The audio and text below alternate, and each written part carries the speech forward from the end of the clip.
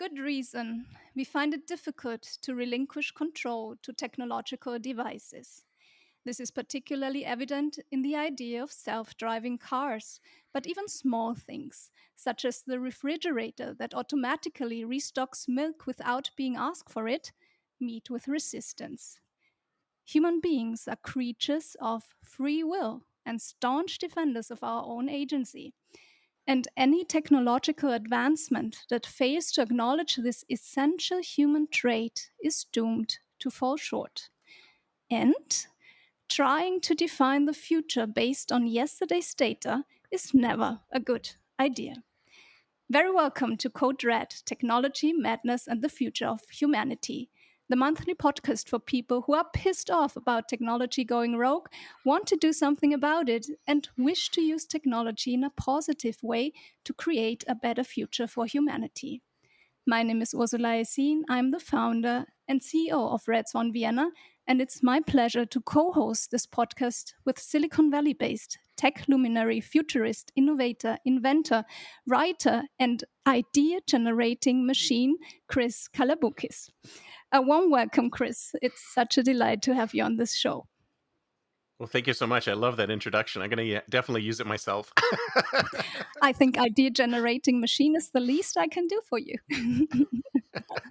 Thanks. So today's episode is entitled Honey, the Refrigerator Reordered Milk Again. Does your Mhm. refrigerator reorder milk without your consent, Chris?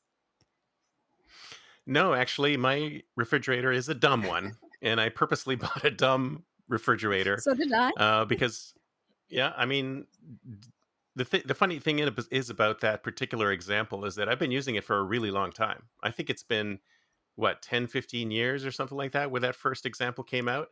And you'd think to yourself, if that example's been around for 15 years, then by now we should have really smart AI based refrigerators that can do all of our shopping for us. Or Amazon would be able to detect ahead of time exactly what we needed and be able to deliver it to us. But we're not there. Hmm. That was 15 years ago. So what happened?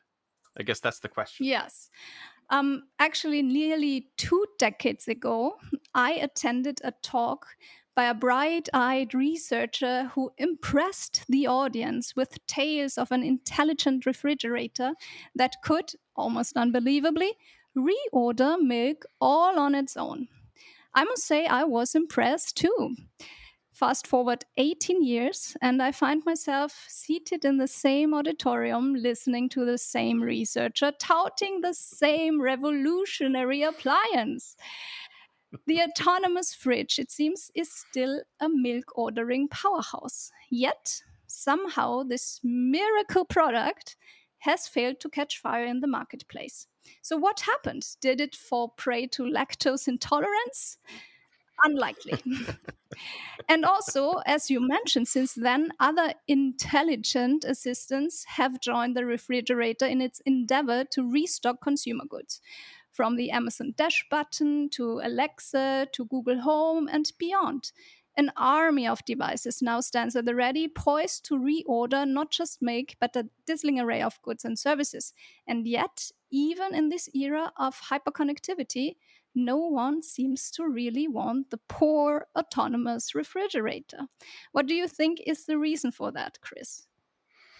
Well, that's a tough one because for me personally, I would love for all of this AI to take the burden of this kind of shopping off my shoulders. I would love that sort of thing to happen. Like when I first saw the dash buttons, I thought that's a brilliant idea Mm. because all it does is sort of shortcut a process that you would normally do anyway. So I would go in, I would go online, and I would order my laundry detergent or whatever, and then I'm standing at the actual machine. I just press a button, and it all happens automatically. Mm. But those disappeared as well. So I, I got to the point where I thought to myself, maybe this is a generational thing. Maybe it's just me, an older guy going, okay, I'm so tired of working with all this technology. I'm so tired of having to do all of this stuff, all of these little fiddly chores. Because that's a lot of times that's what most of one's day is made up with is these little fiddly chores that you're going to need to do just because you're living your life. And I thought to myself, why doesn't this stuff take off? And I had this really great conversation with, I think she was a millennial or Gen Z, and she goes, and I was talking about all this, and I was like, I don't know why you don't want AI to take all this stuff off your plate. I mean, aren't you tired of it? And she made a really good point for agency, Yes, talking about how we don't absolutely. want Mm, machines to take this stuff away from us. And I'm like, wait a minute, I want machines to take some of it away from me because I've done it for so long and I'm tired of doing it. mm, mm. But it seems that the majority of individuals, like you were saying earlier, really have an issue with agency. They want to be able to be in control of this, even if it's a annoying task that needs to be done. Yes. They'd prefer doing it themselves than a machine doing it.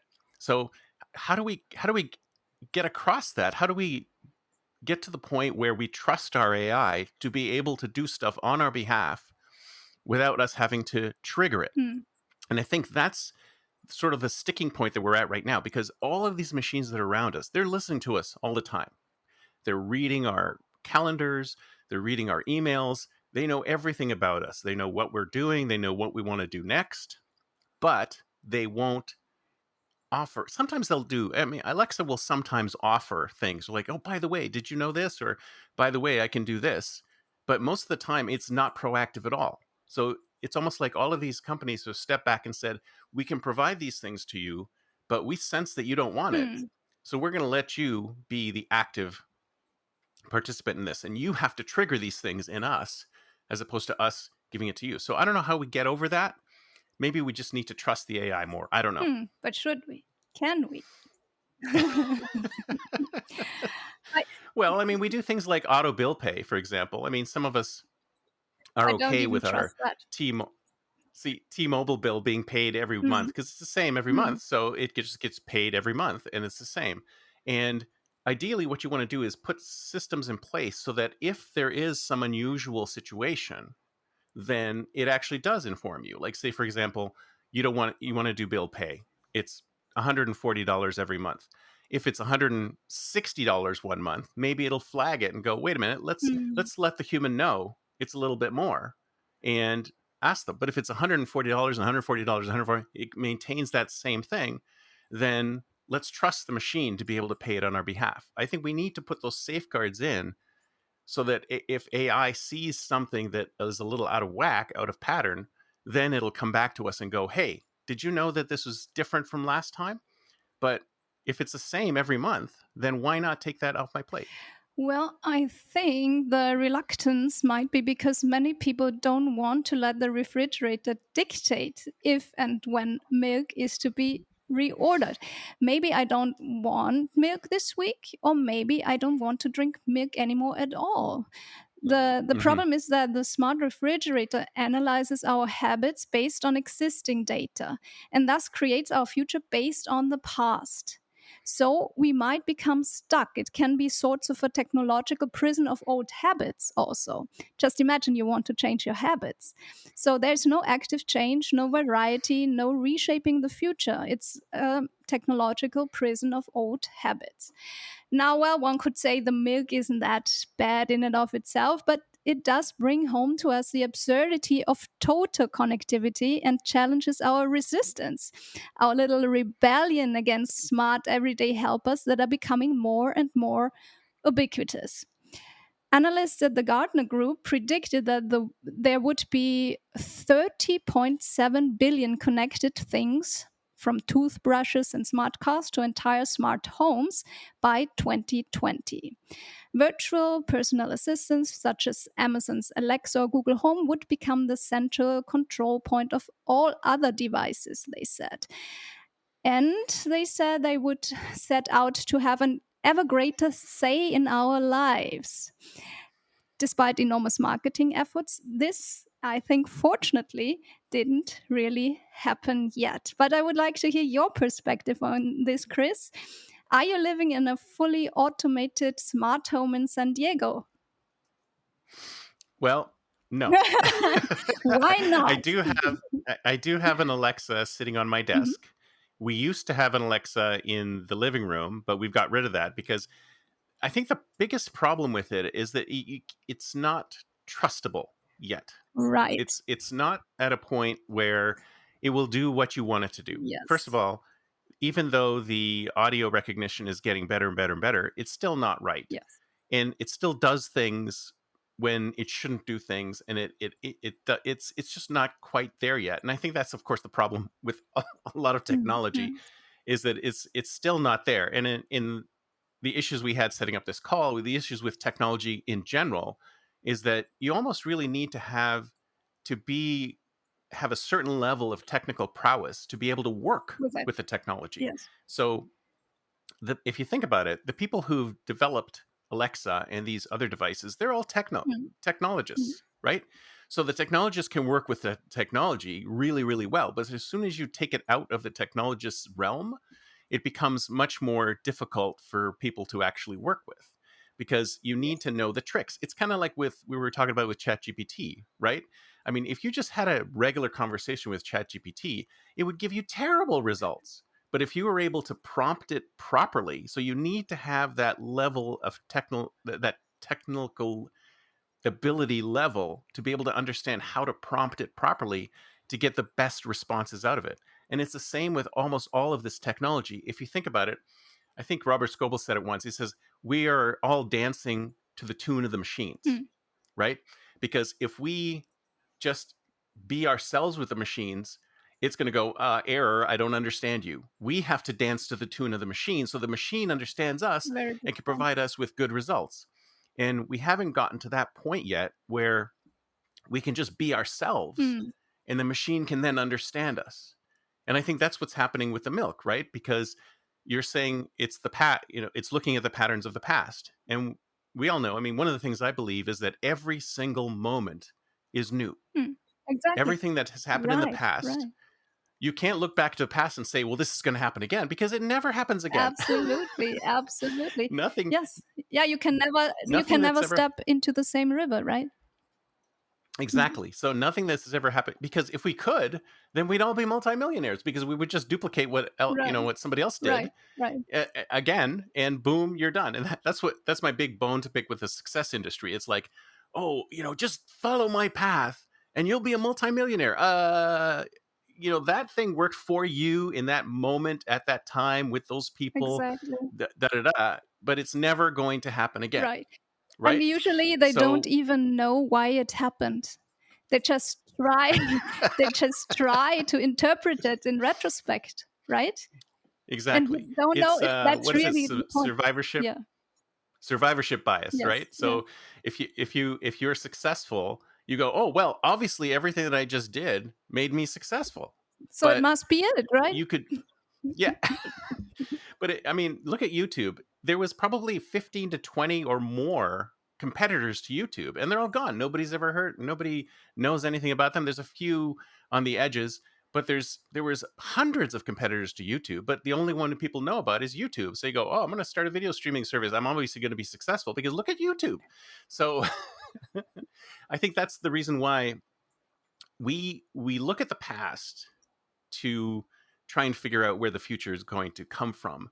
But that's the wrong place to look, Exactly. because Exactly. none of that is ever going to happen again. And what's unfortunate is that a lot of times uh, we codify that in our Mm, systems, mm, right? We codify that in our systems and go, well, it's kind of like things with revenue management software where they go, okay, I'm going to set the price for this hotel room or this flight based on what people paid last mm. year.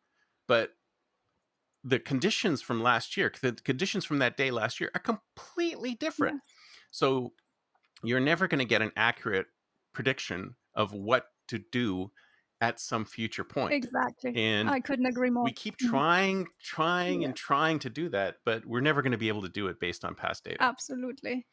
Yes, and I think technology is really a good servant, but we should not worship it as our new master or new religion or new god or something like that. And another example, the founder and CEO of Sherpa, a Bilbao-based self-proclaimed challenger to the smart assistants of Amazon, Google, and Co., proudly declares that unlike other digital assistants, his app is not just a servant that follows orders and answers questions. No, Sherpa develops its own agency. So now we are back to our biggest fear again. Nice. Has anybody used it, and do they know if it's any good? I don't know. Artificial intelligence digs deep into the past to predict future behavior in their case. More data it collects, the more the system learns about our habits and preferences and is then able to predict and anticipate our needs, they say. The smart system observes what information is relevant to us and henceforth reinforces our habits. I would say fantastic. This increases prejudices and entrenched thought patterns. Just imagine, like racists become more racist, dog haters become more vehement dog haters, and so on, because the system just says, "Oh, you seem not to like dogs. Let's present you with some programs that also hate dogs." So it's really, yeah, cementing old habits. After all, this app confirms our preferences and thus cements them. Changes in behavior become almost impossible.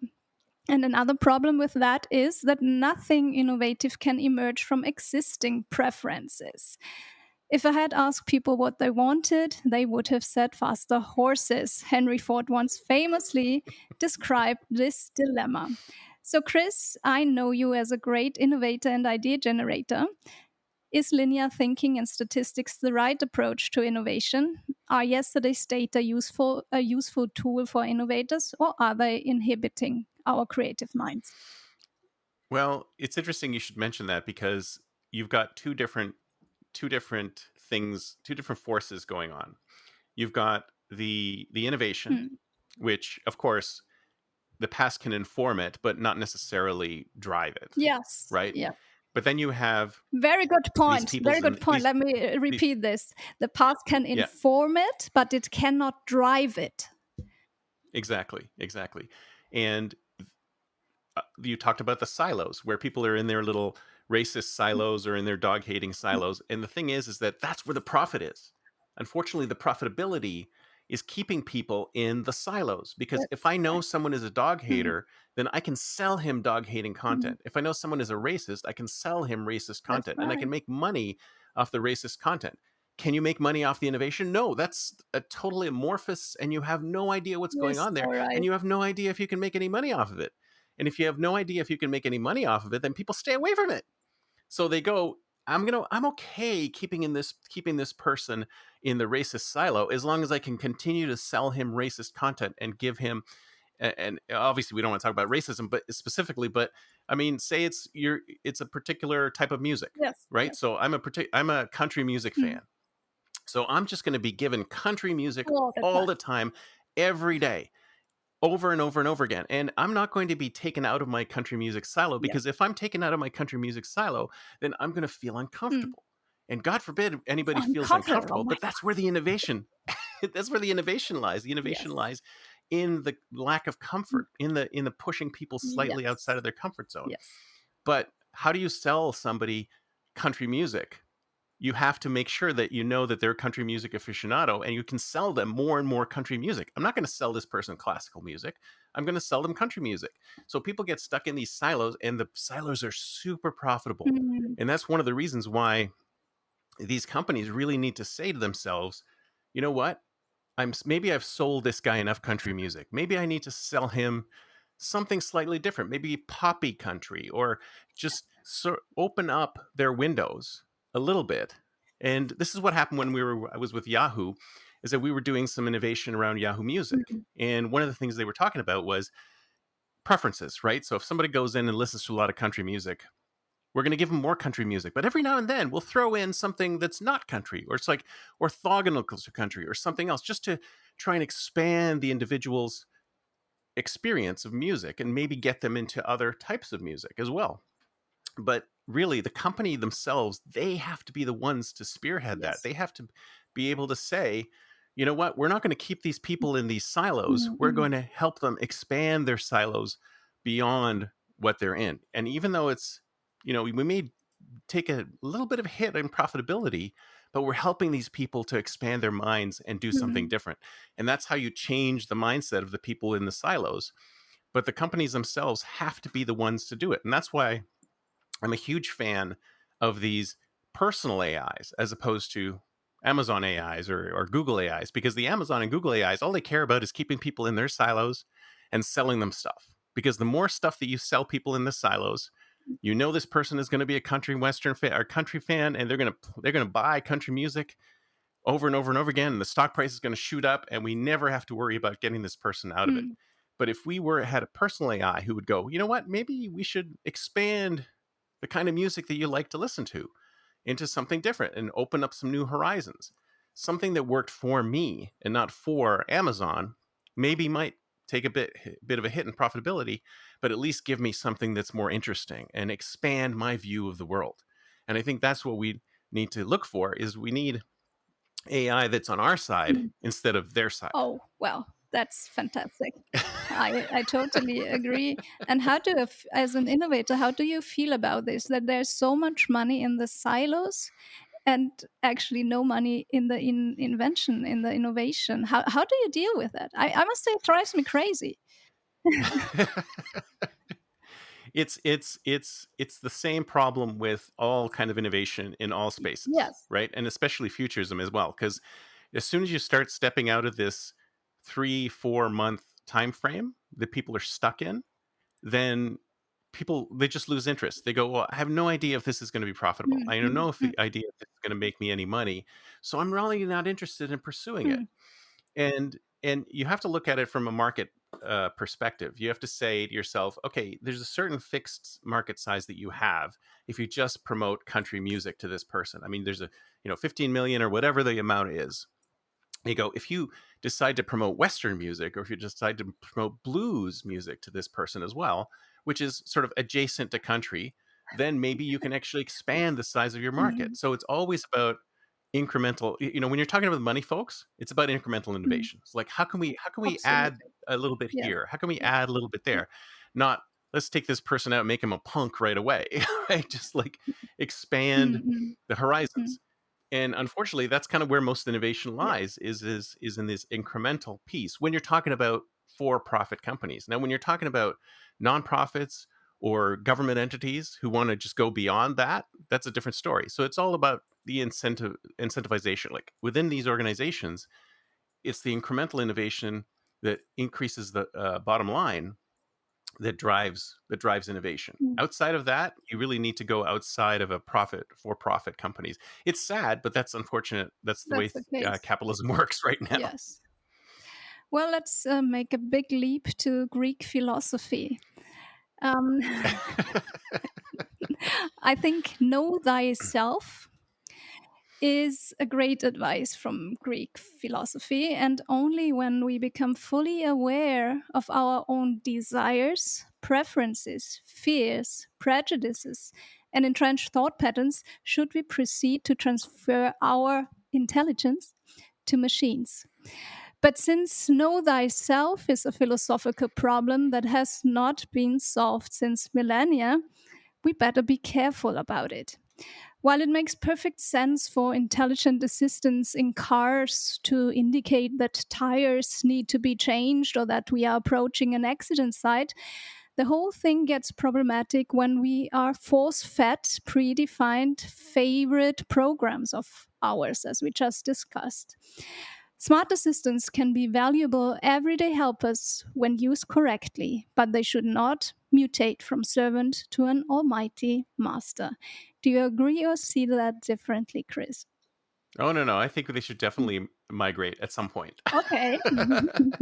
Like I was saying earlier, there's our days are split into many different things that we do, right? There's things we enjoy doing, like this conversation that we're having right now. This is a very enjoyable It is. conversation, and I'd love to have this all day long.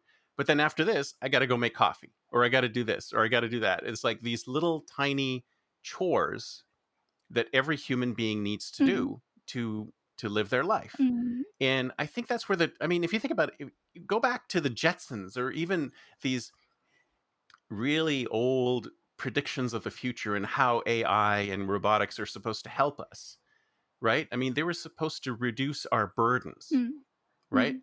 And right now, they're increasing our Yeah, burdens, if anything. exactly. They now they are increasing our burdens. So true. So Exactly. They're true.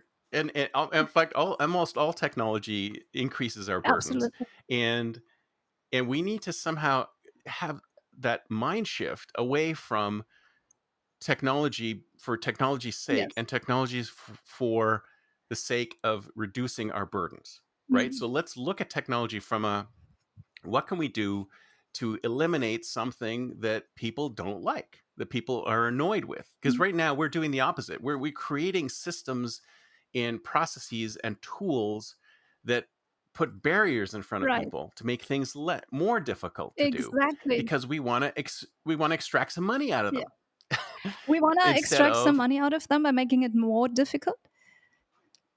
yeah, exactly. And we're not going. It's kind of like when you look at a customer, any kind of customer. It's like if you're a bank customer, a bank customer is not interested in banking Mm. per Mm. se.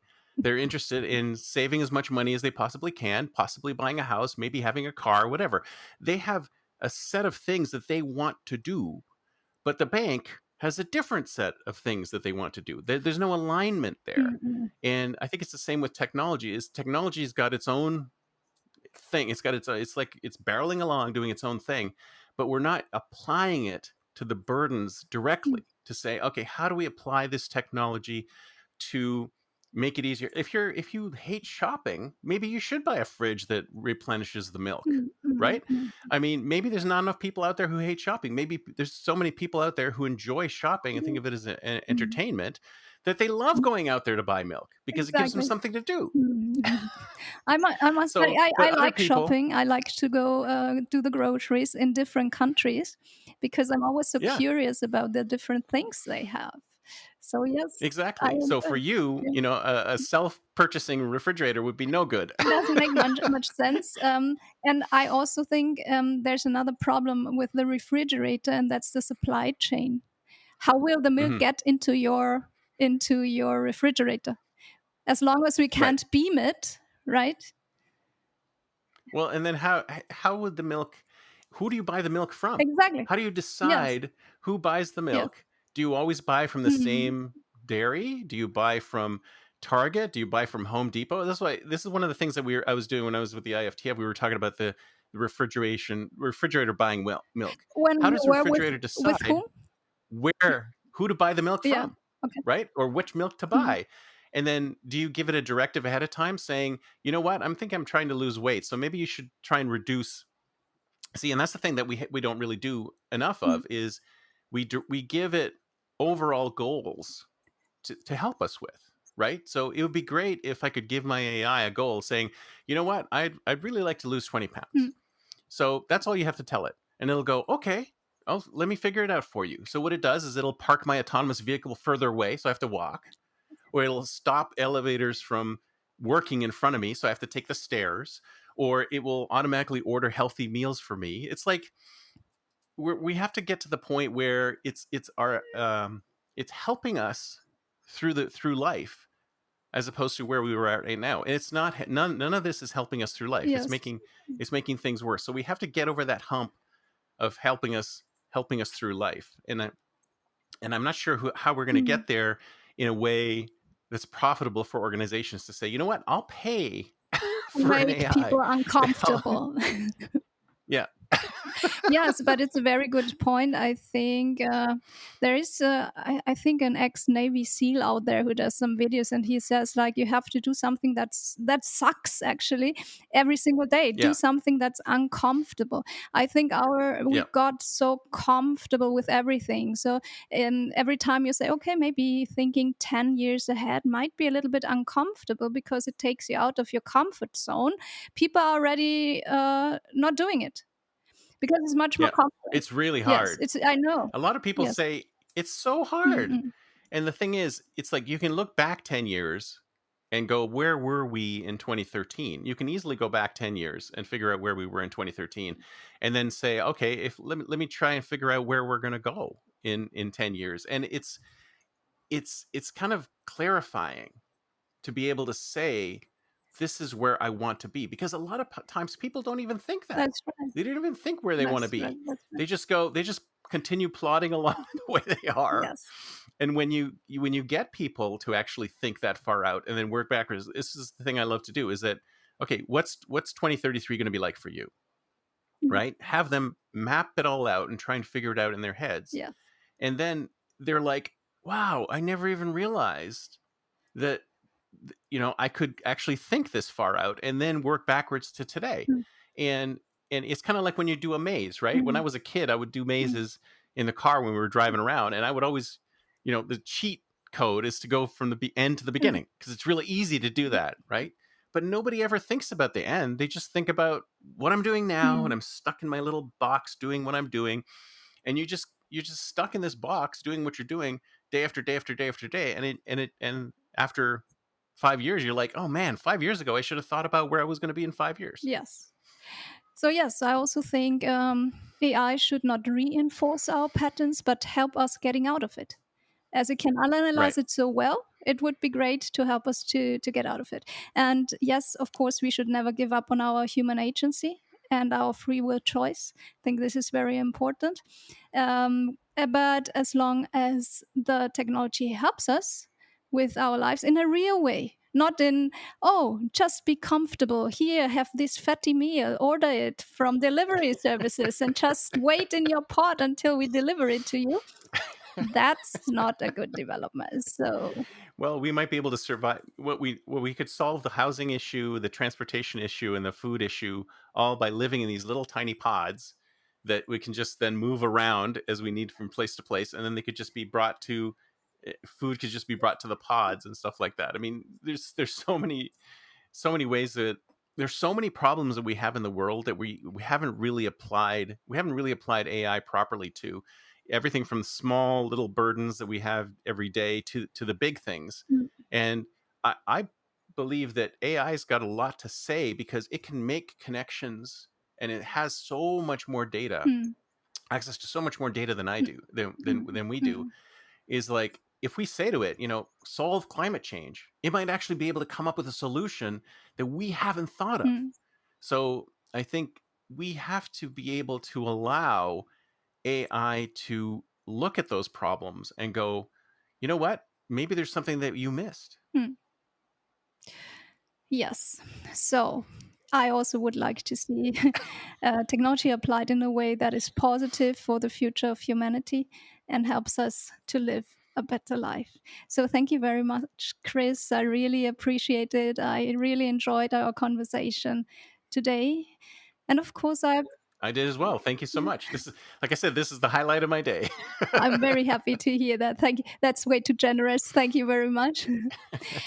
And I, of course, appreciate each and every one of you, our dear audience. Thank you for listening to or watching Code Red Technology Madness and the Future of Humanity. If you liked it, please like and subscribe. Do you know 3 people who would also enjoy the content? Then share it with them. All episodes are publicly available and free of charge. You're more a reader than a listener, then feel free to subscribe to the written Code Red columns on codered.redswan.substack.com. In any case, let me thank you for taking the time and your bravery to change the world by starting with yourself. Wherever you are, I wish you a good day or a good evening, and in any case, a good life. See you next time.